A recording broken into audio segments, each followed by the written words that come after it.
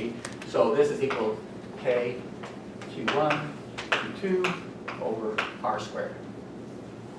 Does everybody see this? This is the before, and this is the after. R squared. Yes, not R squared. I do that to make sure that you're watching. For some reason, I'm determined to make Coulomb's law out of potential energy. All right, so at this point, it's a proton. We know the mass of a proton, right? What do I do about these two charges? One of them is which? The proton. So again, I know the charge on a proton, but the other is two protons. So I'm going to have proton, proton times 2. Yes. Everybody good with that? Yes, Melissa? Are all the protons the same?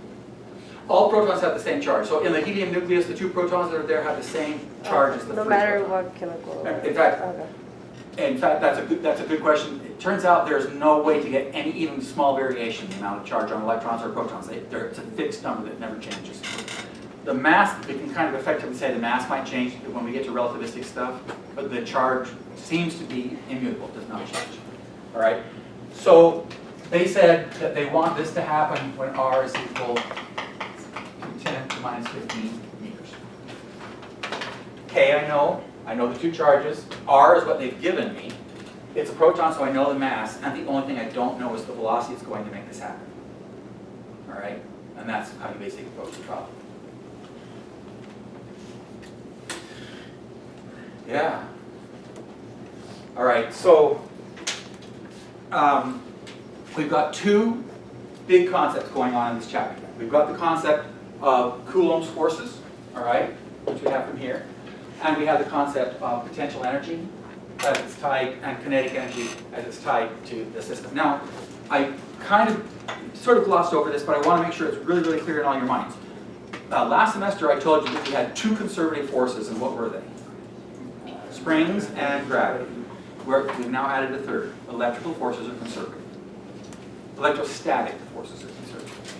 And we'll learn that there's a twist to this. So that's why we can do this. If they weren't conservative, we couldn't do this. What does it mean when I tell you that something's conservative? Energy's not lost. That the total energy never changes, right? The total energy never changes in a conservative system.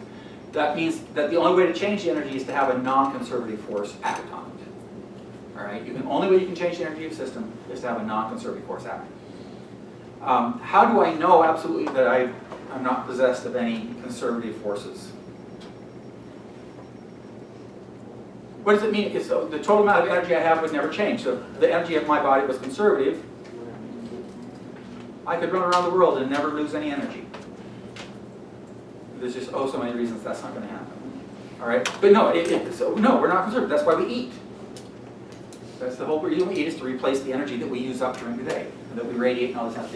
But with charges, in this kind of problem, it is conservative, so that allows us to do this. All right, Coulomb's law, point charges only. Energy like this, typically we deal with point charges at the atomic level. But what we're going to eventually do is we're going to start looking at aggregates, distributions of charge that still allow us to make solutions to problems. But for right now, we're just sticking with the point charges. All right? Yes, Terry? So for potential energy of the charges, you talked about 2 charges. What if I had a system that has more than 2 charges, 3 charges next to each other? Would there be potential energy for them to the system? Okay, if you have 3 charges, you have to add up all the possible forces among the 3 charges if you want to find the net. So if I have 3 charges, I'm going to have 3 independent forces. No, I'm talking about the energy system. Can they consider an energy system for 3 different charges? Sure, I mean, you just have to, it's just more calculation. And by the way, on the homework last time, I made an incorrect comment about what they were looking for, and it turns out the problem's much, much easier than what I told you. If I have a system where this is like 2 meters, 2 meters, 2 meters, and all these charges are the same, I don't remember what they were, 10 to the minus something. We'll make something up, 10 minus 50 volts. All right, and I bring in another charge. They ask what the potential energy of this charge is, not the potential energy of the system. So to ask what the potential energy of this charge is, how many computations do I need to make? I would need to make 3, but it's actually the same computation 3 times. Same charge. Because since I'm using potential energy and it's not a vector, I have the same values of the 2 charges, the same distance between them. So you basically calculate one answer and multiply it by 3 to to get the answer they're looking for. What I had told you was to find the total potential energy of the system, which would require 6 calculations, but they don't want that. So you're good, it makes it really easy. Because the charge you put in here is the same distance from all 3 charges, we have the same R. And because the second charge is in all cases the same Q, the potential energy of each pair is the same, and it happens 3 times because there's 3 charges that this one is interacting with. And because it's a scalar, I don't care about the distances or the directions or anything else, I just get the numbers. Are you good with that? All right, so the last word of caution. So today, we're on, that is the end of our first lovely week. We have 2 weeks and then an exam.